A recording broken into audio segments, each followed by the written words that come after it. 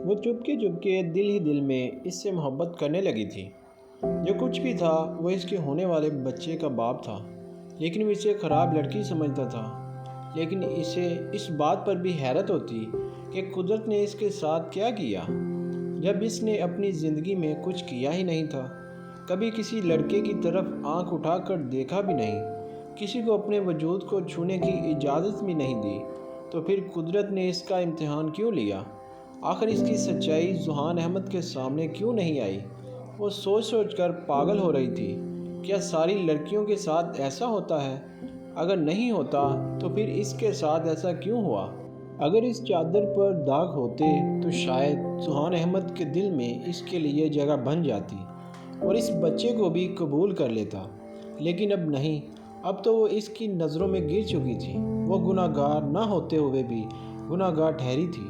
اگر ذوحان احمد نے سارے گھر والوں کے سامنے یہ بات بتا دی کہ وہ ایک گناہ گار لڑکی ہے، کچھ نہ کرتے ہوئے بھی وہ بہت کچھ کرنے کا الزام سہنے والی تھی۔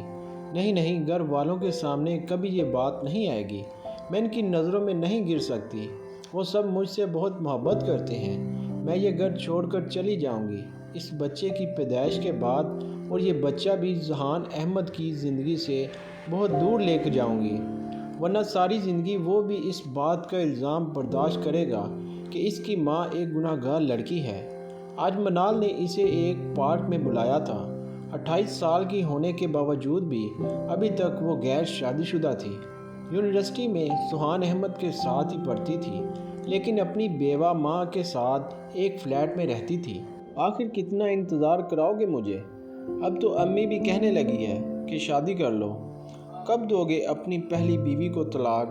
ہر بار ملاقات پر ذوحان احمد سے وہ ایک ہی سوال کرتی تھی، بس 2 مہینے اور ہیں، اس کے بعد ہم ہمیشہ کے لیے ایک ہو جائیں گے۔ منال نے اسے ایسے دیکھا۔ میری سمجھ میں نہیں آتا کہ جب تم اسے چھوڑنے کا فیصلہ کر چکے ہو تو پھر 2 مہینے، 3 مہینے، 4 مہینے کیا ہوتا ہے؟ آخر تم اسے چھوڑ کیوں نہیں دیتے؟ منال یہ حقیقت نہیں جانتی تھی کہ ذوحان کی بیوی میرب پریگننٹ ہے۔ ذوحان اس کی بات سن کر گھبرا گیا، پھر جلدی سے کہنے لگا، نہیں، میں اسے چھوڑنے کا فیصلہ کر چکا ہوں، لیکن بس تمہیں اس کے لیے تھوڑا انتظار کرنا ہوگا۔ آج کل امی کی طبیعت ٹھیک نہیں رہتی، اسی لیے میں نہیں چاہتا کہ گھر میں کوئی ایسی بات کروں جس سے ان کا بلڈ پریشر ہائی ہو اور ان پر برا اثر پڑے۔ یہ سن کر منال خفگی سے کہنے لگی، ذوحان تمہیں اپنے گھر والوں کی بڑی فکر ہے، لیکن میری کوئی نہیں۔ میں پچھلے 5 سالوں سے تمہارے پیچھے خوار ہو رہی ہوں، آخر تم شادی کا فیصلہ کیوں نہیں کر لیتے؟ اگر تمہارے گھر والے راضی نہیں ہوتے تو تم مجھے بتاتے، ہم دونوں کورٹ میرج کر لیتے، اس کے بعد تو گھر والے خود ہی راضی ہو جاتے، لیکن تم نے اپنی پھپھو کی بیٹی سے شادی کر لی اور ابھی اتنے مہینے سے اسے اپنے ساتھ رکھا ہوا ہے۔ میں مان ہی نہیں سکتی کہ ایک بیوی، وہ بھی ایک ہم عمر اور خوبصورت بیوی، تمہارے ساتھ تمہارے کمرے میں رہتی ہو اور تم نے اس سے کوئی رشتہ نہ بنایا ہو۔ اس بات کا مجھے تم پر کوئی بھروسہ نہیں۔ منال کے لہجے میں شک تھا۔ ذوحان اسے یقین دلانے والے لہجے میں کہنے لگا، ہاں، میرا یقین کرو، میں آج بھی تم سے ہی محبت کرتا ہوں، صرف میں اپنے بابا کا انتظار کر رہا ہوں کہ کب وہ میری بات کو سمجھیں اور میرب جیسی لڑکی کو خود ہی طلاق دینے کا کہیں۔ میں نے تمہیں بتایا تھا نا کہ وہ لڑکی ٹھیک نہیں ہے، نہایت ہی بے باک اور بے شرم ہے، پھر میں ایسی لڑکی کے ساتھ کیسے اپنی ساری زندگی گزار سکتا ہوں؟ تمہیں کیسے پتا کہ وہ بے شرم ہے؟ کیا تم نے اس کے ساتھ کچھ کیا؟ منال نے ایک بار پھر شک بھری نظروں سے اسے دیکھا تھا، لیکن ذوحان نے اس بار نظریں چرا لی تھی۔ اس نے منال کو نہیں بتایا تھا کہ وہ شادی کی دوسری رات میرب سے اپنے تعلقات بنا چکا تھا، وہ بھی اس کی گواہی جانچنے کے لیے، جس میں وہ بری طرح فیل ہو گئی تھی، اور اب وہ اس کے بچے کی ماں بننے والی تھی۔ لیکن اسے پورا یقین تھا کہ میرب کی کوکھ میں پلنے والا بچہ اس کا نہیں بلکہ اس عاشق کا ہے جو شادی سے پہلے اس کے ساتھ تعلقات قائم کر چکا تھا۔ منال کو تو اس نے کسی نہ کسی طرح منا لیا تھا، لیکن اس رات کو غصے میں وہ گرایا تھا۔ رات کے 12 بج رہے تھے، لیکن ابھی تک سارے گھر والے سو چکے تھے۔ لیکن میرب کی آنکھوں میں نیند بہت دور تھی، کیونکہ اس کی پریگننسی کو اب 9واں مہینہ لگنے والا تھا اور ان دونوں میں اسے نیند آتی ہی نہیں تھی۔ پوری رات کو بے چین رہتی تھی۔ وہ اپنا بستر نیچے زمین پر لگاتی تھی، جبکہ بیڈ پر ذوحان سو جاتا تھا۔ ابھی بھی وہ کمرے میں آیا تو اسے یوں بے چین سا جاگتا دیکھ کر وہ غصے سے کہنے لگا، آخر میں کب تک تمہیں برداشت کروں گا؟ کتنا وقت ہے تمہاری پریگننسی میں؟ میرب میں سر جھکا لیا، پھر کہنے لگی، ابھی صرف 1 مہینہ اور ہے، اس کے بعد ہمیشہ کے لیے میں آپ کی زندگی سے چلی جاؤں گی۔ اس کی آواز میں آنسوؤں کی جھلک تھی۔ ذوحان نے غصے سے اسے دیکھا، پھر کہنے لگا، اب مجھ سے اور برداشت نہیں ہوتا۔ میں منال کو بہت جلد اپنی زندگی میں داخل کرنے والا ہوں اور تمہیں خارج، تاکہ تمہارا منحوس چہرہ دوبارہ مجھے دیکھنے کے لیے نہ ملے۔ میرب نے آنسو بھری نظروں سے اسے دیکھا تھا۔ اپنے شوہر کے منہ سے ایسی بات سننے کا حوصلہ بھی ہر کسی میں نہیں ہوتا۔ وہ برائے لہجے میں کہنے لگی، آخر مجھ سے اتنی نفرت کیوں کرتے ہیں؟ کتنی دفعہ تو میں نے اپنی پاکیزگی کا ثبوت دے چکی ہوں کہ میں ایسی لڑکی نہیں ہوں۔ یہ قرآن پر حلف دے کر کہوں کہ میں نے آج تک کسی کو اپنے وجود کو چھونے کا اختیار نہیں دیا، پھر میں گناہ گار کیسے ہو سکتی ہوں؟ ذوحان نے تیز نظروں سے اسے دیکھا، ابھی غصے سے کہنے لگا تھا، لیکن وہ سب کیا تھا؟ آخر تم اس رات کو کیسے بھول سکتی ہو؟ جب میں نے تمہاری پاکیزگی کا ثبوت جانچنا چاہا تو تم اس میں فیل ہو گئی تھی۔ اس کے بعد تم میری نظروں میں گناہ گار ہو چکی تھی۔ بے شک تم کتنا ہی ثبوت دو یا پھر کتنی ہی سچائی کی قسمیں کھاؤ، لیکن میں تمہارے کسی بات پر یقین نہیں کروں گا۔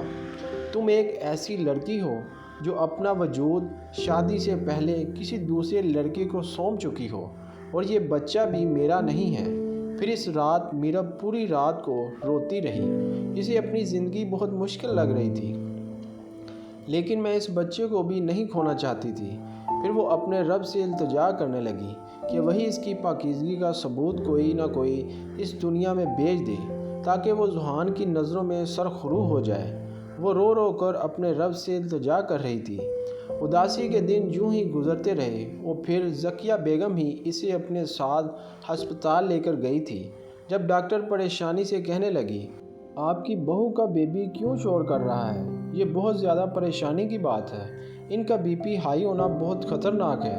اس طرح سے بچے کی جان کو بھی خطرہ ہو سکتا ہے۔ انہوں نے ذکیہ بیگم کو پریشان کر دیا تھا۔ ذکیہ بیگم کے ہوش تو اڑ گئے تھے۔ پھر وہ میرب سے کہنے لگی، کیا ہوا ہے میری بچی؟ کیوں پریشان ہو؟ کیا بات ہے؟ پیچھے پریشانی کر رہی ہے؟ ہم تو تیرا اتنا خیال رکھتے ہیں۔ میرب نے سر جھکا لیا تھا۔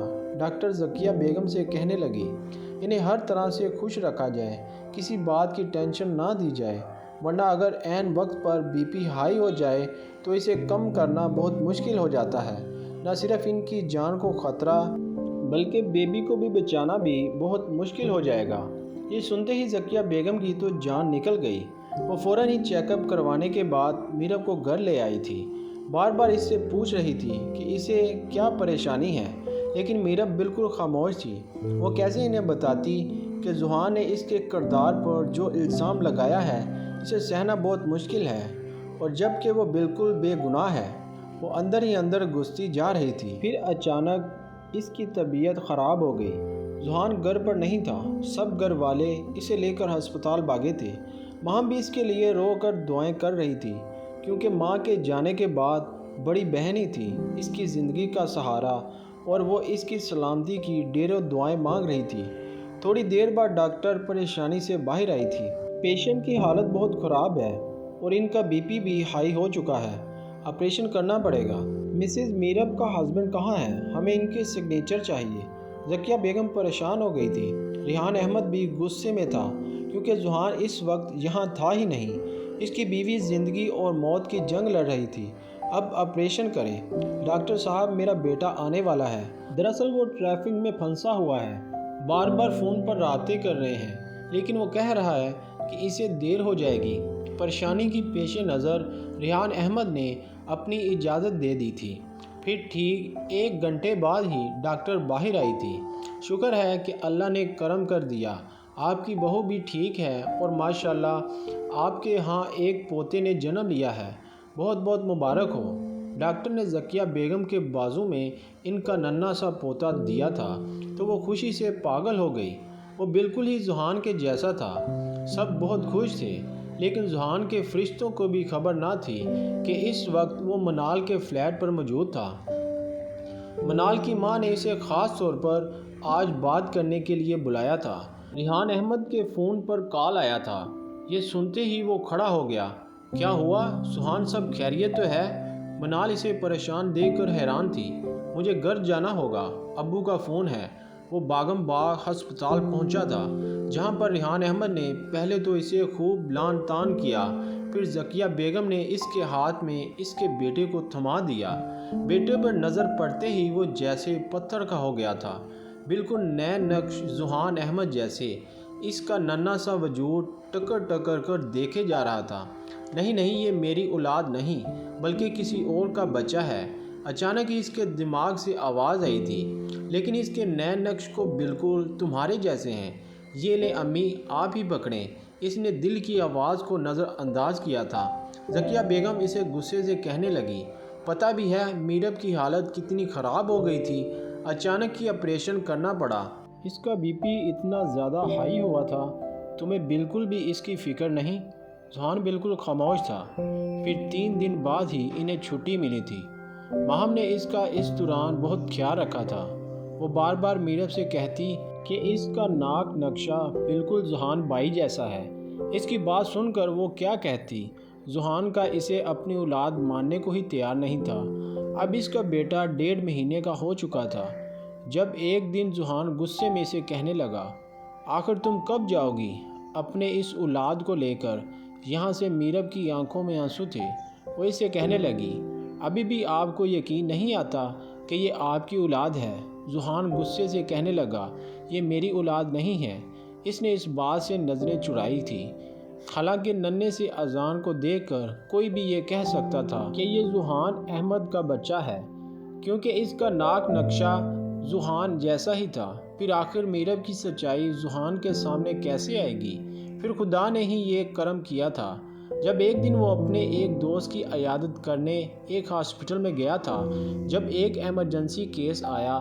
اس کے دوست کا بھی آج پتے کا آپریشن تھا، لیکن وہ حیرت سے اس لڑکی کو دیکھ رہا تھا جسے اس کے شوہر نے تشدد کر کے بری طرح زخمی کر دیا تھا۔ پھر اس نے ڈاکٹر کی بات سنی جو وہ اس کے گھر والوں سے کہہ رہی تھی، یہ کیا حال کیا ہے آپ نے اس لڑکی کا، آپ کو شرم آنی چاہیے۔ اتنی سی بات پر کہ ایک لڑکی کو شادی کی رات اس کے کردار کی گواہی نہ ملی، لیکن بات کچھ اور بھی ہو سکتی ہے۔